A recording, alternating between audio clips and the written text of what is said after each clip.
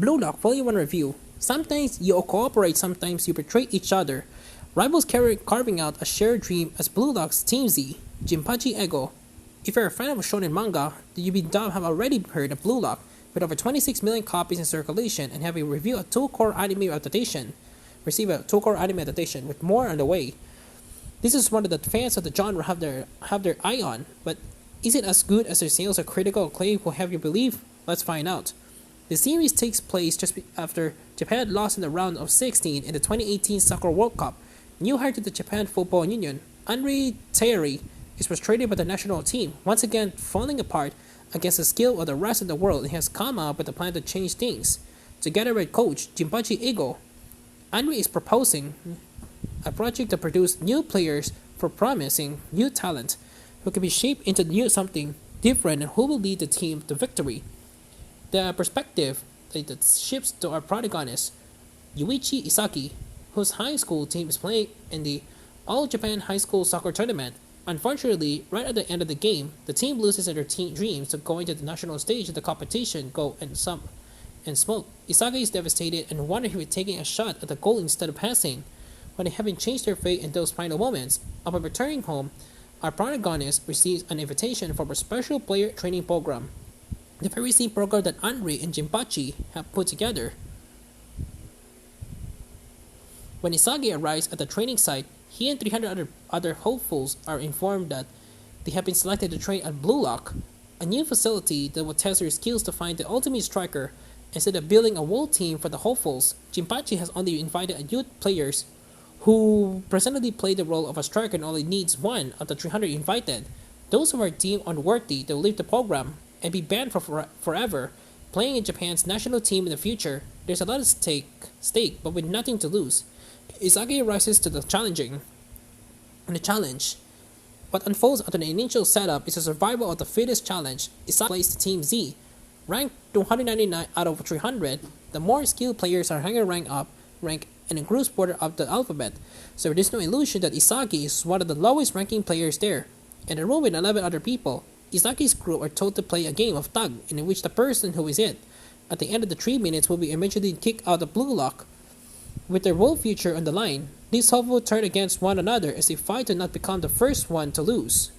Blue Lock, at least as far as Volume 1 goes, is a high-stakes battle L'Oreal discussed as a sports series. This certainly makes sense given the author of the series is Moriyuki Kaneshiro, who you may recognize as the creator of As the Gods Will, which was a dead game series. If you're looking for a down-to-earth sports series, you're better off with a series like Farewell by Dear Kramer than Blue Lock. And this doesn't mean you can find anything to enjoy here. Moriyuki Kaneshiro, an artist, Yusuke Nomura, creator of Dolly Kill, also available from Kodansha, have put a lot of time into researching about Japanese soccer and the game as a whole. Although you may not agree to this game of tag we see in the second half of Volume 1 has anything to do with soccer. The reasoning Jinpachi stays out afterwards makes a lot of sense in context. I'm willing to put aside any skepticism I have about the setup simply because it's so much fun to watch the egotistical strikers face off against each other. And it has to be said that Blue Lock has a lot of potential here. The premise is that we'll end the series with the perfect striker being chosen. But how to get to that point is an open question. It's clear already that the creators were willing to do whatever is the most fun at the given moment, and that feeling of freedom is what's going to keep fans on the hook for more. I certainly think it should be praised for being a fairly unique merger of two very different genres that create a sports series that we've not really seen before, at least not certainly. And it's also worth saying that even if you're an existing fan of the series due to the anime, it's still well worth checking out the source material from the beginning. Nomura's artwork is very impressive and makes a great use of different perspectives and angles to perfectly capture the action. There are some excellent double-page spreads as well, which I'm sure we'll see more of in the volumes to come. The anime did a good job of replicating Nomura's style, but the manga is certainly still a step above. It's ambitious for a series that runs weekly, and I do wonder if the team can keep up the quality as time goes on. As much as I love to talk positively about Blue Lock, for the majority of this review, I feel it's only right to point out that I wasn't particularly happy about the opening scene of Chapter 1, where Anri is talking to the other members of the Japan Football Union who are all male and much older than her. During the conversation, they're making comments about the size of her breast and behind, which I found off-putting and we could have done without. Thankfully, nothing else of this nature came out of the rest of the volumes, and for watching the anime, I would know it's not unlikely to resurface, but it was certainly a poor first impression to give newcomers. Blue Lock Volume 1 comes to the West thanks to Kodansha, who has been publishing the series digitally since early 2021, and are up to Volume 19. In print, Volume 1 came out in May 2022, and Volume 7 is due out later this month, so we're slowly catching up. The translation has been handled by Nate there, and it reads well, although I imagine some Yuki readers may not like the fact what you know as football has been translated as soccer, but given it's an American publisher, it's hard to complain about the decision. Football is only used in reference to the Japan Football Union, which doesn't really feel like an inconsistency when soccer is used otherwise, but certainly not to the point of being a problem.